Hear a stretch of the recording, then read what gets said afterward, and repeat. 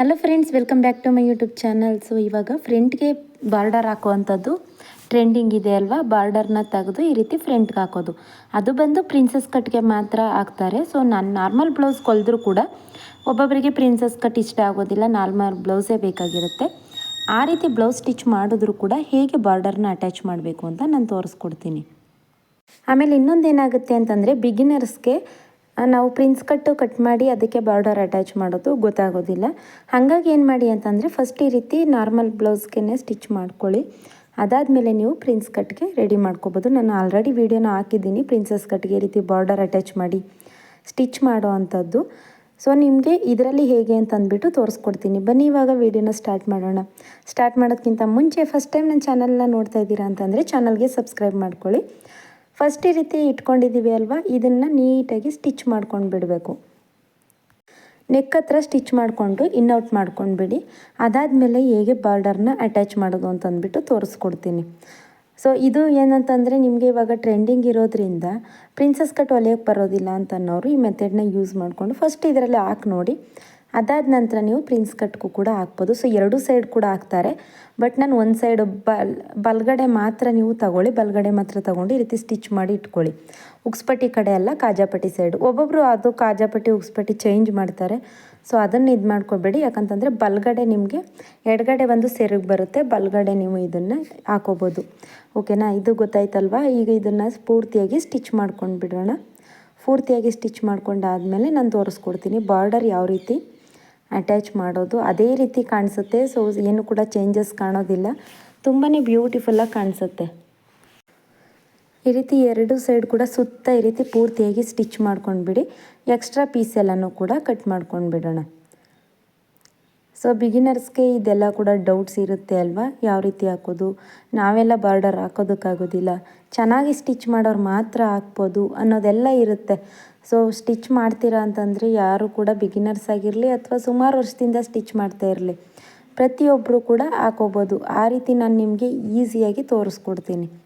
ಅವಾಗ ಏನಾಗುತ್ತೆ, ನೀವು ನಾರ್ಮಲಾಗಿ ಸ್ಟಿಚ್ ಮಾಡ್ತಾಯಿದ್ದೀರಾ ಅಂತಂದರೂ ಈ ರೀತಿ ಬಾರ್ಡರ್ ಎಲ್ಲ ಕೊಟ್ಟು ಸ್ಟಿಚ್ ಮಾಡೋದ್ರಿಂದ ನೀವು ಚೆನ್ನಾಗಿ ಸ್ಟಿಚ್ ಮಾಡ್ತೀರಾ ಅಂತ ಅಂದ್ಬಿಟ್ಟು ನಿಮಗೆ ಬಟ್ಟೆಗಳು ಜಾಸ್ತಿ ಬರೋದಕ್ಕೆ ಸ್ಟಾರ್ಟ್ ಆಗುತ್ತೆ. ಥ್ರೆಡ್ ಪೈಪಿಂಗ್ ಹಾಕೋದಾಗಿರ್ಬೋದು, ಹಾಗೆಯೇ ಈ ರೀತಿ ಬಾರ್ಡರ್ ಅಟ್ಯಾಚ್ ಮಾಡೋದಾಗಿರ್ಬೋದು. ಇವಾಗ ಬಂದು ಟ್ರೆಂಡ್ ಇರೋದ್ರಿಂದ ನೀವು ಯಾವುದೇ ಬ್ಲೌಸ್ ಕೊಟ್ಟರು ಕೂಡ ಥ್ರೆಡ್ ಪೈಪಿಂಗ್ ಕೂಡ ಮಾಡಿಕೊಡಿ. ಈ ರೀತಿ ಕೊಟ್ಟರೆ ಈ ರೀತಿ ನೀವು ಸ್ಟಿಚ್ ಹಾಕ್ಕೊಳ್ಳಿ ಬಾರ್ಡರ್ದು. ಫಸ್ಟು ಈ ರೀತಿ ಬಾರ್ಡರ್ನ ನೀಟಾಗಿ ಇಟ್ಕೊಳ್ಳಿ. ನಿಮಗೆ ಅಗಲ ಬೇಕು ಅಂದರೆ ಅಗಲ ಇಟ್ಕೊಳ್ಳಿ. ಇಲ್ಲಿ ನಾವು ಬ್ಯಾಕ್ ಈ ರೀತಿ ಸೈಡಲ್ಲಿ ಡಾಟ್ ಹಿಡಿತೀವಿ ಅಲ್ವಾ, ಆ ರೀತಿ ಡಾಟ್ ಹಿಡಿಯೋ ಹತ್ರ ಏನು ಮಾಡಬೇಕು ಅಂತಂದರೆ, ಈ ರೀತಿ ನೀವು ಮಾರ್ಕ್ ಮಾಡ್ಕೋಬೇಕು. ಅಲ್ಲಿಗೆ ಅದು ಕಟಿಂಗ್ ಬರಬೇಕು. ಶೇಪ್ ಅನ್ನೋದು ಇವಾಗ ಯಾವ ರೀತಿ ಗೊತ್ತಾ, ಹೀಗೆ ತೋರಿಸ್ತೀನಿ ರೀ, ಹೀಗೆ ಬರಬೇಕು, ವಿ ಶೇಪ್ ಥರ. ಆ ಥರ ನೀವು ಕಟ್ ಮಾಡ್ಕೋಬೇಕು. ಇಲ್ಲಿ ಡಾಟ್ ಹಿಡಿದಾಗ ಅದು ನಿಮಗೆ ಕರೆಕ್ಟಾಗಿ ಕುತ್ಕೊಳ್ಳುತ್ತೆ. ಆ ರೀತಿ ಕುತ್ಕೊಳ್ಳೋ ಹಾಗೆ ನೀವು ಕಟ್ ಮಾಡ್ಕೋಬೇಕು. ಹೇಗೆ ಅಂತ ಅಂದ್ಬಿಟ್ಟು ನಾನು ಮಾರ್ಕ್ ಮಾಡಿ ಕೂಡ ತೋರಿಸ್ತೀನಿ ಹೇಗೆ ಅಂತ ಅಂದ್ಬಿಟ್ಟು, ಆವಾಗ ನಿಮಗೆ ಗೊತ್ತಾಗುತ್ತೆ.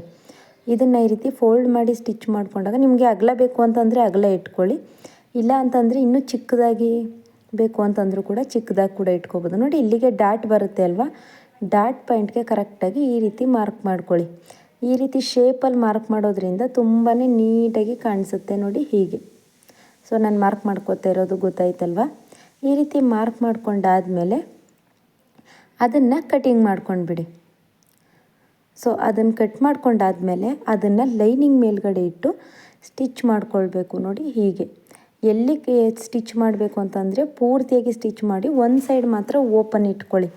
ನಾವು ಮೇಲ್ಗಡೆ ಭುಜ ಅಟ್ಯಾಚ್ ಮಾಡ್ತೀವಿ ಅಲ್ವಾ, ಅಲ್ಲಿ ಓಪನ್ ಇಟ್ಕೋಬೇಕು. ಇನ್ನು ಪೂರ್ತಿಯಾಗಿ ಎಲ್ಲನೂ ಕೂಡ ಸ್ಟಿಚ್ ಮಾಡ್ಕೊಂಡ್ಬಿಡಿ.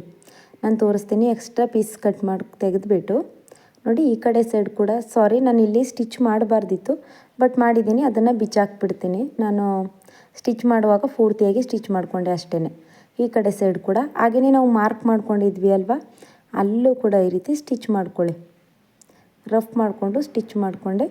ಇವಾಗ ಇದನ್ನು ತೆಗೆದುಬಿಡ್ತೀನಿ. ನಾನು ಹೇಳ್ದೆ ಅಲ್ವಾ, ಅಲ್ಲಿ ಸ್ಟಿಚ್ ಮಾಡಬಾರ್ದಿತ್ತು, ಬಟ್ ಸುತ್ತ ಸ್ಟಿಚ್ ಮಾಡ್ಕೊಂಡು ಬಂದುಬಿಟ್ಟೆ. ಅದಕ್ಕೋಸ್ಕರ ಅದನ್ನು ಮಾತ್ರ ಓಪನ್ ಬಿಟ್ಟಿರಿ, ಯಾಕಂತಂದರೆ ನಾವು ಇನ್ನೌಟ್ ಮಾಡಬೇಕಲ್ವ, ಉಲ್ಟಾ ತಿರುಗಿಸೋದಕ್ಕೆ ಅದನ್ನು ಓಪನ್ ಬಿಟ್ಟಿರಲೇಬೇಕು. ಇವಾಗ ಎಕ್ಸ್ಟ್ರಾ ಪೀಸ್ ಎಲ್ಲನೂ ಕೂಡ ಕಟ್ ಮಾಡ್ಕೊಂಡು ಬಿಡೋಣ. ಕಟ್ ಮಾಡಿಕೊಂಡು ಉಲ್ಟಾ ತಿರುಗಿಸ್ಕೋಬೇಕು. ಹೇಗೆ ಉಲ್ಟಾ ತಿರುಗಿಸೋದು ಅಂತ ಅಂದ್ಬಿಟ್ಟು ನಾನು ತೋರಿಸ್ಕೊಡ್ತೀನಿ. ನಾನು ಹೇಳ್ದೆ ಅಲ್ವಾ, ಇದು ಚಿಕ್ಕದು ಬೇಕು ಅಂದರೆ ಚಿಕ್ಕ ಬಾರ್ಡ್ರು ಕೂಡ ಹಾಕೋಬೋದು. ಇವಾಗ ಟ್ರೆಂಡಿಂಗ್ ಇದೆ ಅಲ್ವಾ ದೊಡ್ಡದಾಗೆ ಬಾರ್ಡರ್ ಹಾಕೋದು, ಅದಕ್ಕೋಸ್ಕರ ದೊಡ್ಡ ಬಾರ್ಡರ್ನೇ ಕೂಡ ಹಾಕೊಳ್ಳೋಣ. ನೋಡಿ ಹೀಗೆ ಇದು ಬಂದು ಈ ರೀತಿ ನೀಟಾಗಿ ಉಲ್ಟಾ ತಿರುಗಿಸ್ಕೊಳ್ಳಿ. ಉಲ್ಟಾ ತಿರುಗಿಸ್ಕೊಂಡು ಅಲ್ಲಿ ಏನಾಗುತ್ತೆ ಅಂತಂದರೆ, ನೀವು ಈ ರೀತಿ ಉಲ್ಟಾ ತಿರುಗಿಸುವಾಗ ಕೈಗೆ ಸಿಕ್ಕೋದಿಲ್ಲ. ಫಸ್ಟ್ ಎಲ್ಲ ಈ ರೀತಿ ಎಳ್ಕೊಂಡ್ಬಿಡಿ. ಎಳ್ಕೊಂಡಾದಮೇಲೆ ಪಿನ್ ತಗೊಂಡು ನೀವು ಎಳ್ಕೊಬೋದು. ಹೇಗೆ ಅಂತಂದ್ಬಿಟ್ಟು ಕೂಡ ತೋರಿಸ್ತೀನಿ ನೋಡಿ. ಇಲ್ಲ ಅಂತಂದರೆ ಹಿಂದ್ಗಡೆಯಿಂದ ಯಾವುದಾದ್ರೂ ಕಡ್ಡಿಲಿ ಈ ರೀತಿ ಚುಚ್ಚೋದ್ರಿಂದನೂ ಕೂಡ ಅದು ನೀಟಾಗಿ ಬರುತ್ತೆ. ಬಟ್ ನಾನು ಪಿನ್ನಲ್ಲೇ ತೋರಿಸ್ಕೊಡ್ತೀನಿ. ಇಷ್ಟು ನಿಧಾನಕ್ಕೆ ಯಾಕೆ ಹೇಳ್ಕೊಡ್ತಾ ಇದ್ದೀನಿ ಅಂತಂದರೆ, ಬಿಗಿನರ್ಸ್ಗೆ ನಾವು ಹೇಗೆ ಹೇಳ್ಕೊಟ್ರೂ ಕೂಡ ಏನಾದರೂ ಒಂದು ಡೌಟ್ ಇದ್ದೇ ಇರುತ್ತೆ. ಅದಕ್ಕೋಸ್ಕರ ತುಂಬಾ ನಿಧಾನಕ್ಕೆ ಹೇಳ್ಕೊಡ್ತಾ ಇದ್ದೀನಿ. ಆವಾಗ ಯಾವುದು ಡೌಟ್ಸ್ ಅನ್ನೋದೇ ಇರೋದಿಲ್ಲ ಅಂತ ನಾನು. ಓಕೆನಾ? ಸೊ ಇಲ್ಲಿ ಮುಂದೆ ನಮಗೆ ಶೇಪ್ ಬರಬೇಕಲ್ವ, ನಾವು ಮಾರ್ಕ್ ಮಾಡಿ ಕಟಿಂಗ್ ಮಾಡ್ಕೊಂಡಿದ್ವಿ, ಅದು ಶೇಪು ಕರೆಕ್ಟಾಗಿ ಬರಬೇಕು ಅಂತಂದರೆ ನಾವೇನು ಮಾಡಬೇಕು ಅಂತಂದರೆ, ಇವಾಗ ಈ ರೀತಿ ಪಿನ್ನ ತಗೊಂಡು ಅದನ್ನು ಶೇಪ್ನ ಎಳ್ಕೊಳ್ಳಿ. ಆವಾಗ ನಿಮಗೆ ಬರುತ್ತೆ. ಸ್ವಲ್ಪ ಒಳಗಡೆ ಹೊಂಟೋಗ್ಬಿಟ್ಟಿರುತ್ತೆ ಅಲ್ವಾ, ಅದೇನಾಗುತ್ತೆ ಪಿನ್ನ ತಗೊಂಡು ಎಳ್ಕೊಂಡ್ರೆ ಬರುತ್ತೆ. ಇದಿಷ್ಟು ಬಂದಮೇಲೆ ಅದನ್ನು ಇವಾಗ ಸ್ಟಿಚ್ ಮಾಡ್ಕೊಳ್ಳೋದು ಅಷ್ಟೇ. ಅದನ್ನು ಹೇಗಿಟ್ಟು ಸ್ಟಿಚ್ ಮಾಡಬೇಕು ಅಂತ ಅಂದ್ಬಿಟ್ಟು ತೋರಿಸ್ಕೊಡ್ತೀನಿ. ಆವಾಗ ನಿಮಗೆ ನೀವು ಏನೇ ಪ್ರಿನ್ಸ್ ಕಟ್ ಹೊಲಿಲಿಲ್ಲ ಅಂತಂದರೂ ಕೂಡ ಪರ್ಫೆಕ್ಟಾಗಿ ಬರುತ್ತೆ. ನೋಡಿ ಇವಾಗ ಇದು ರೆಡಿ ಆಯಿತು. ಇದನ್ನೇ ಇದ್ರ ಮೇಲ್ಗಡೆ ಇಟ್ಟು ಸ್ಟಿಚ್ ಮಾಡೋದು ಅಷ್ಟೇ. ಸೊ ಫಾಸ್ಟಾಗಿ ಈ ರೀತಿ ಇಟ್ಕೊಂಡು ಸ್ಟಿಚ್ ಮಾಡ್ಕೊಳ್ಳಿ.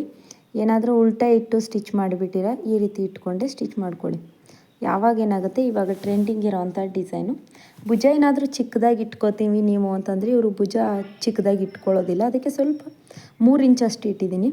2 ಇಂಚು ಭುಜ ಇಟ್ಕೋತೀನಿ ಅಂತಂದರೆ ಇನ್ನೂ ಕೂಡ ನೀಟಾಗಿ ಕಾಣಿಸುತ್ತೆ. ಇದು ನಾವು ಹಾಕಿರೋವಂಥದ್ದು ಸೇಮ್ ಪ್ರಿನ್ಸ್ ಕಟ್ ಥರನೇ ಕಾಣಿಸುತ್ತೆ. ನೋಡಿ ನಾವು ಹೇಗೆ ಅದ್ರ ಮೇಲ್ಗಡೆನೇ ಇಟ್ಟು ನೀಟಾಗಿ ಸ್ಟಿಚ್ ಮಾಡ್ಕೊಂಡ್ಬಿಡಿ. ಈ ರೀತಿ ಸ್ಟಿಚ್ ಮಾಡ್ಕೊಂಡಾದಮೇಲೆ ನೋಡಿ ರೆಡಿ ಆಯಿತು. ಸೊ ಇವಾಗ ಇದನ್ನು ಡಾಟ್ ಪಾಯಿಂಟ್ ಕೂಡ ನಾನು ಡಾಟ್ನೂ ಕೂಡ ಹಿಡಿದು ತೋರಿಸ್ಕೊಡ್ತೀನಿ. ಆವಾಗ ನಿಮಗೆ ಕರೆಕ್ಟಾಗಿ ಅರ್ಥ ಆಗುತ್ತೆ. ನೋಡಿ ಎಷ್ಟು ಬ್ಯೂಟಿಫುಲ್ಲಾಗಿ, ಸ್ವಲ್ಪನೂ ಕೂಡ ಯಾವುದೇ ರೀತಿ ರಿಂಕಲ್ಸ್ ಕೂಡ ಬಂದಿಲ್ಲ, ನೀಟಾಗಿ ರೆಡಿಯಾಗಿದೆ. ಅದು ಶೇಪ್ ಬಂದು ನಾವು ಸ್ಕ್ವೇರ್ ಶೇಪಲ್ಲಿ ಹಾಕ್ಕೊಂಡ್ರೆ ಇನ್ನೂ ಚೆನ್ನಾಗಿರುತ್ತೆ. ಇವರು ರೌಂಡ್ನೇ ಕೇಳಿದರು, ಅದಕ್ಕೋಸ್ಕರ ನಾನು ರೌಂಡ್ ಇಟ್ಟಿದ್ದೀನಿ. ಸೊ ನಾನು ನೆಕ್ಸ್ಟ್ ವೀಡಿಯೋಗಳಲ್ಲಿ ತೋರಿಸ್ಕೊಡ್ತೀನಿ ಬೇಕಾದರೆ ಸ್ಕ್ವೇರ್ ಶೇಪ್ ಇಟ್ಟು ಕೂಡ. ಆವಾಗ ಏನಾಗುತ್ತೆ, ಸೇಮ್ ನಿಮಗೆ ಪ್ರಿನ್ಸ್ ಕಟ್ಟಲ್ಲೇ ಹಾಕಿರೋ ರೀತಿಯೇ ಕಾಣಿಸುತ್ತೆ ಸ್ಕ್ವೇರ್ ಶೇಪಲ್ಲಿ ಹಾಕಿದ್ರು ಕೂಡ.